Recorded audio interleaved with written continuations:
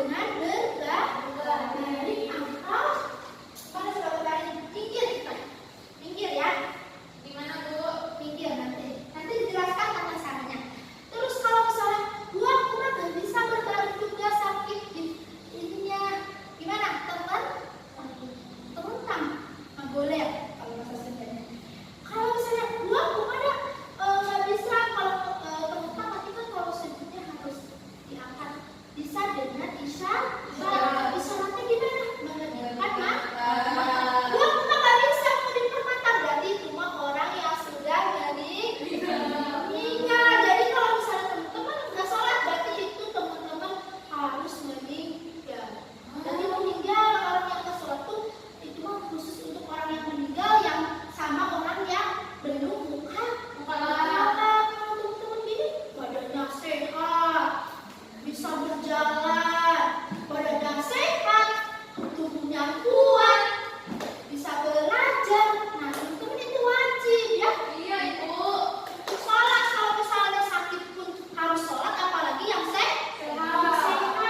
Selanjutnya itu akan dibahas tentang yang kedua tentang tata caranya.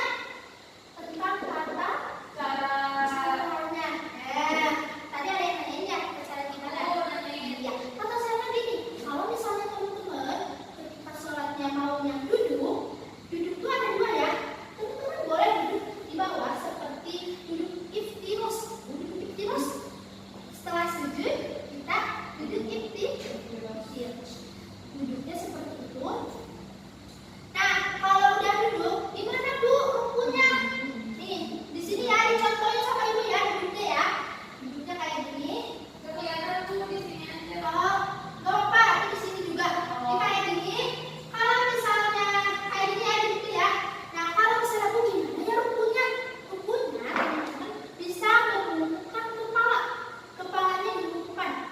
Gini, tapi jangan terlalu bawah. Nah, ketika sujud baru agak bawah di bawah ruku. Kalau ruku segini berarti sujud segini. Tapi kalau teman-teman masih mampu sujud seperti biasa, berarti sujud seperti biasa. Tapi gua ininya sakit kalau diikutin duduknya, sholatnya duduknya misalnya yang kayak gini Bu, misalnya yang pakai kursi, boleh pakai kursi ya. Tapi teman-teman harus menghadap ke kiblat. Duduk di kursi kayak gini misalnya. Ininya seperti ini. Seperti biasa, takbir seperti biasa. Allahu Akbar biasa. Nah, nanti ketika rukunya di mana? Ketika rukunya segini. Ketika sujudnya lebih bawah dari ruku. Nah, itu kalau misalnya tata cara duduknya seperti ini. Kalau yang tadi berarti kalau misalnya masih mampu sujudnya seperti sujud biasa, maka sujudnya harus seperti biasa. Kalau tidak mampu sakit lututnya, jadi nggak bisa nggak bisa angkat lagi misalnya. Boleh sujudnya itu di bawah ruku. Misalkan kayak neneknya kalau misalnya udah sujud susah itu lagi. Berdiri lagi, duduk seperti biasa lagi. Nah itu boleh. Sujudnya kayak sujudnya itu di bawah ruku. Terus ya duduk. Terus kalau yang berbaring gimana? Atau yang minggir? Nah kalau yang minggir, misalnya ini nih orang yang lagi tidur. Ini teh, ini baliknya ke sini.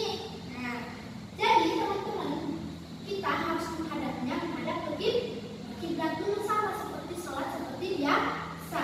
Menghadap kiblat lalu telinga kanannya itu di bawah. Ya, telinga kanan berarti misalnya kiblatnya sebelah sana. Berarti gini. Telinga kanannya di bawah menghadap kiblat gitu ya. Itu terus gimana Bu kalau misalnya mau rukunya? Rukunya boleh dimampuin. Sujudnya berarti lebih mampu daripada ruku. Atau ruku nggak bisa kayak gininya, bisa yang sakit ininya.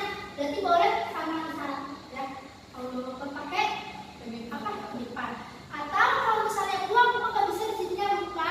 Misalnya lupanya sudah sini misalnya terlentang. Yang ketiga dengan cara terlentang. Kalau terlentang itu gimana caranya? Caranya teman-teman kan kalau ini kayak gini ya. Kalau terlentang, teman-teman di sininya dikasih bantal.